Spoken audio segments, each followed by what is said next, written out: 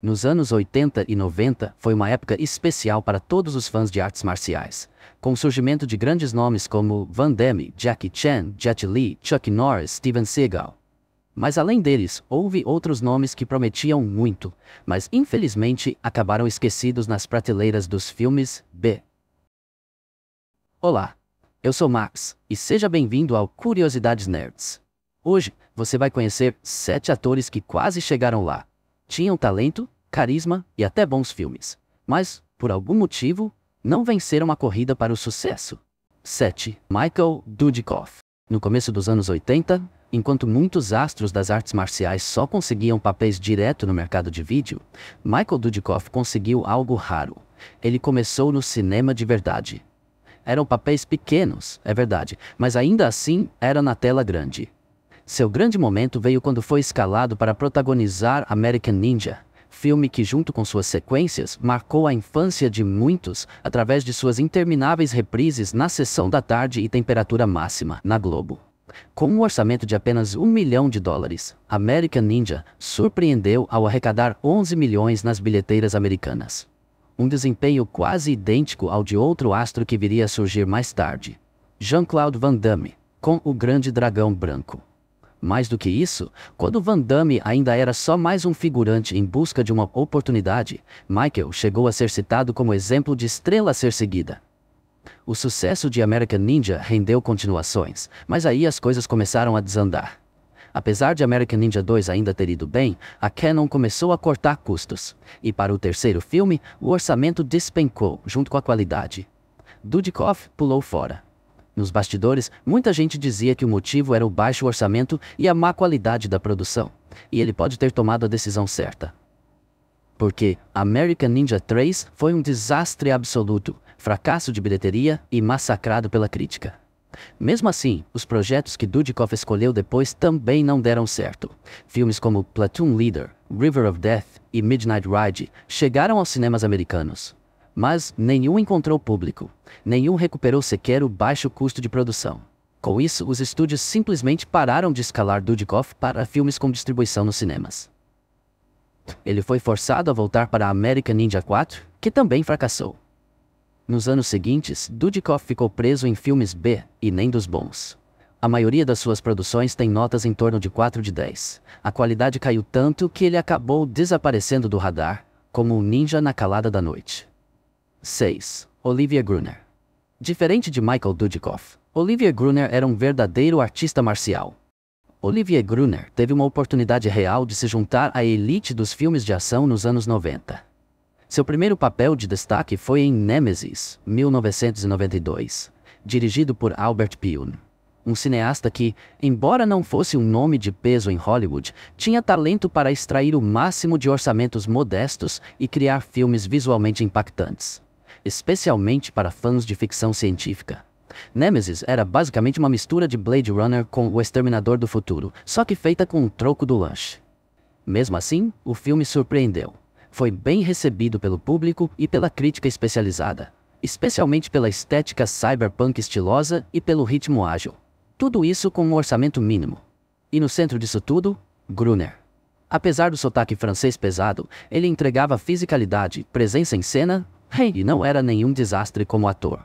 Parecia que um novo astro estava nascendo. O sucesso relativo de Nemesis abriu portas para projetos maiores.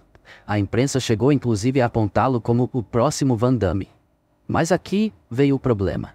Enquanto o ator belga contou com roteiros sólidos e diretores competentes nos primeiros anos, Gruner foi empurrado para produções como Savate e Automatic, que até tinham ideias interessantes, mas eram tecnicamente fracos, mal dirigidos e quase sempre com roteiros sofríveis. Sua carreira definhou ainda mais após Nemesis 4, uma sequência catastrófica com nota 2 de 10 no IMDb, que enterrou de vez qualquer resquício de credibilidade. A partir daí, ele foi sendo jogado cada vez mais fundo no mundo das produções baratas. Hoje, ele é lembrado como um quase do cinema de ação. Um talento que poderia ter sido maior, mas ficou refém de escolhas medíocres e de um sistema que não soube aproveitar seu potencial. 5. Gary Daniels. Começando como dublê na Inglaterra e lutador profissional de kickboxing, Daniels trouxe para o cinema uma combinação rara de técnica precisa, agilidade e intensidade física. Suas coreografias de luta, influenciadas por Bruce Lee e Jackie Chan, eram elogiadas até por críticos céticos. Sua carreira como ator começou no final dos anos 80. De lá para cá, ele participou de várias produções, muitas vezes como protagonista. Em 1993, ganhou destaque em City Hunter, ao lado de Jackie Chan, protagonizando uma das cenas mais icônicas de sua carreira, uma paródia de Street Fighter, que até hoje circula pela internet. Mas foi só em 1995 que Daniels teve sua grande chance. Fist of the North Star, uma adaptação em live action do mangá cult Hokuto no Ken. Era uma oportunidade de ouro.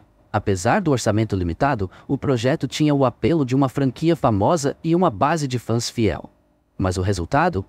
Dizer que foi ruim seria elogio. Só os bastidores já renderiam um vídeo inteiro. Se quiser, comenta aí embaixo. O fato é que a obra foi duramente criticada por fãs e pela crítica. Com isso, a chance de Daniels estourar evaporou. Ele ainda estrelou outros filmes de ação de médio orçamento, como Rage, Recoil e Cold Harvest, mas nenhum deles conseguiu atingir o grande público. Gary tinha presença física e habilidades incríveis de luta, mas faltavam bons roteiros. 4. Billy Blanks.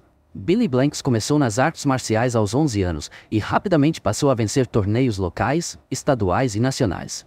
Foi 7 vezes campeão mundial de karatê e faixa preta de 7º grau em taekwondo.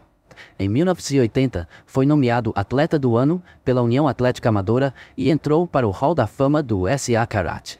Nos anos 90, estrelou filmes como The King of the Kickboxers, Showdown e TC2000. Produções com ação direta e sem frescura, perfeitas para a locadora e a sessão kickboxer da madrugada. Billy Blanks tinha tudo para ser uma grande estrela do cinema de ação. Habilidades marciais incríveis, físico impressionante, movimentos rápidos e um carisma que compensava sua atuação limitada. Mas o que faltava para ele estourar? O mesmo que faltou para muitos de sua geração: uma oportunidade real. Seus filmes eram baratos demais, com roteiros genéricos, muitas vezes cópias mal disfarçadas de Kickboxer ou até Karate Kid. Apesar de sua carreira no cinema nunca ter decolado de verdade, Billy encontrou fama de outro jeito, criando o Table, uma mistura de boxe com aeróbica que virou febre nos Estados Unidos. Ele pode não ter virado uma superestrela do cinema de ação, mas se tornou milionário com vídeos de fitness. 3. Bolo Yeung. Bolo Yeung é o tipo de ator que você conhece mesmo sem lembrar o nome. Ele foi o icônico Chong Li em O Grande Dragão Branco, e antes disso, já havia atuado ao lado de Bruce Lee em Operação Dragão. Com um corpo de fisiculturista, cara de poucos amigos e um olhar intimidador, Bolo era o vilão perfeito. Parecia feito sob medida para enfrentar qualquer herói genérico dos anos 80 e 90. A carreira de Bolo é curiosa. Ele participou de filmes de grande sucesso como Duplo Impacto, de clássicos como Operação Dragão, e até de verdadeiras aberrações como Os Clones de Bruce Lee. Nunca viu esse filme? Faça um favor à sua saúde mental e passe longe. Apesar das dezenas de filmes em que atuou, um fato é incontestável: ele nunca foi protagonista e raramente fazia o papel do cara bom. E o motivo? Ninguém queria ver o Bolo como herói. Mesmo com toda a presença física, ele era sempre escalado como o brutamonte silencioso que apanhava no final. No fim das contas, Bolo Yeung virou uma lenda cult, mas nunca um astro. Mesmo assim, se você cresceu vendo filme de artes marciais, ele está gravado na sua memória, com músculos, suor e aquele grito rouco antes de cada soco. 2. Don the Dragon Wilson. Don Wilson é, sem dúvida, o maior lutador desta lista. 11 vezes campeão mundial de kickboxing. Com um cartel de 82 lutas, 72 vitórias, 48 por nocaute, 2 empates e apenas 5 derrotas, ele foi chamado pelos Star System Ratings de talvez o maior kickboxer da história americana.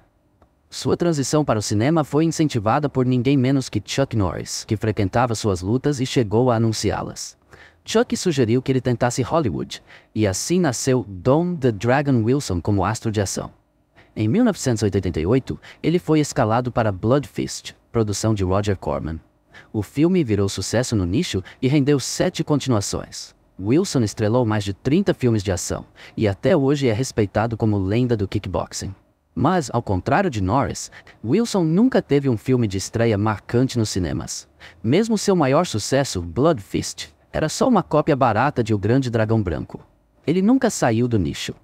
Parte do problema era sua atuação, pouco expressiva. Além disso, seus filmes raramente tinham boa direção ou orçamento. E diferente de Van Damme ou Seagal, ele não conseguia prender o público fora das cenas de luta. Ele até tentou papéis em produções maiores, como em Batman Forever, mas sempre como coadjuvante. No fim, Dom aceitou seu lugar como o rei dos filmes B, e como lenda entre os fãs de artes marciais. Mark Dacascos. Entre todos os nomes da lista, talvez Mark Dacascos seja o que mais teve chances reais de estourar. Ele tinha tudo: talento marcial, carisma, boa aparência, domínio de idiomas, presença de tela e até filmes de qualidade no currículo. Seu papel mais conhecido talvez seja em John Wick Capítulo 3, onde enfrenta Keanu Reeves como principal antagonista. Mas muito antes disso, já chamava atenção com Only the Strong, ou Esporte Sangrento, como ficou conhecido no Brasil, onde mostrou seu domínio da capoeira. Outros destaques são Crying Freeman, 95, que virou cult com o tempo, e Drive, 97. Considerado por muitos um dos melhores filmes de ação de baixo orçamento dos anos 90. Em 2001, brilhou em O Pacto dos Lobos, uma mistura de ação, horror e aventura histórica, que fez sucesso internacional. Dacascos provou várias vezes que tinha potencial para se destacar na indústria, mas mesmo assim, nunca conseguiu um papel principal em um grande blockbuster americano.